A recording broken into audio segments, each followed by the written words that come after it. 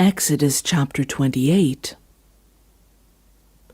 Have Aaron your brother brought to you from among the Israelites, along with his sons Nadab and Abihu, Eleazar and Ithamar, so they may serve me as priests.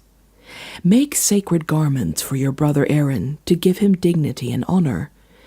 Tell all the skilled workers to whom I have given wisdom in such matters that they are to make garments for Aaron for his consecration, so he may serve me as priest. These are the garments they are to make: a breastplate, an ephod, a robe, a woven tunic, a turban, and a sash. They are to make these sacred garments for your brother Aaron and his sons, so they may serve me as priests. Have them use gold and blue, purple and scarlet yarn, and fine linen. Make the ephod of gold and of blue, purple and scarlet yarn, and of finely twisted linen, the work of skilled hands. It is to have 2 shoulder pieces attached to 2 of its corners, so it can be fastened. Its skillfully woven waistband is to be like it, of 1 piece with an ephod, and made with gold, and with blue, purple, and scarlet yarn, and with finely twisted linen. Take 2 onyx stones, and engrave on them the names of the sons of Israel in the order of their birth, 6 names on 1 stone, and the remaining 6 on the other. Engrave the names of the sons of Israel on the 2 stones, the way a gem cutter engraves a seal. Then mount the stones in gold filigree settings, and fasten them on the shoulder pieces of the ephod as memorial stones for the sons of Israel. Aaron is to bear the names on his shoulders as a memorial before the Lord. Make gold filigree settings and 2 braided chains of pure gold like a rope, and attach the chains to the settings. Fasten a breastplate for making decisions, the work of skilled hands.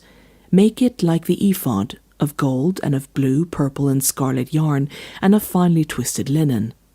It is to be square, a span long and a span wide, and folded double. Then mount 4 rows of precious stones on it. The first row shall be carnelian, chrysolite, and beryl. The second row shall be turquoise, lapis lazuli, and emerald. The third row shall be jacinth, agate, and amethyst. The 4th row shall be topaz, onyx, and jasper. Mount them in gold filigree settings. There are to be 12 stones, 1 for each of the names of the sons of Israel, each engraved like a seal with the name of one of the 12 tribes.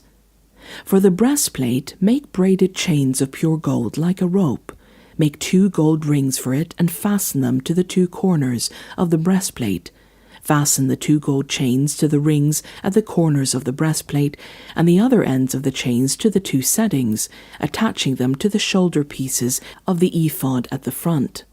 Make 2 gold rings and attach them to the other 2 corners of the breastplate, on the inside edge next to the ephod. Make 2 more gold rings and attach them to the bottom of the shoulder pieces, on the front of the ephod, close to the seam just above the waistband of the ephod. The rings of the breastplate are to be tied to the rings of the ephod with blue cord, connecting it to the waistband, so that the breastplate will not swing out from the ephod.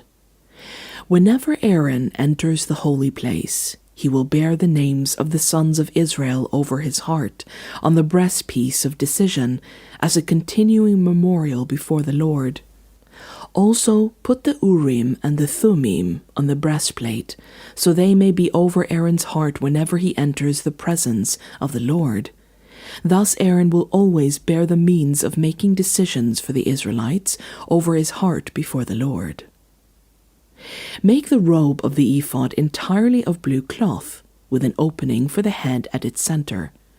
There shall be a woven edge like a collar around this opening, so that it will not tear. Make pomegranates of blue, purple, and scarlet yarn around the hem of the robe, with gold bells between them. The gold bells and the pomegranates are to alternate around the hem of the robe. Aaron must wear it when he ministers. The sound of the bells will be heard when he enters the holy place before the Lord, and when he comes out, so that he will not die. Make a plate of pure gold and engrave on it, as on a seal, "Holy to the Lord." Fasten a blue cord to it to attach it to the turban. It is to be on the front of the turban. It will be on Aaron's forehead, and he will bear the guilt involved in the sacred gifts the Israelites consecrate, whatever their gifts may be. It will be on Aaron's forehead continually, so that they will be acceptable to the Lord. Weave the tunic of fine linen, and make the turban of fine linen, the sashes to be the work of an embroiderer. Make tunics, sashes, and caps for Aaron's sons to give them dignity and honor.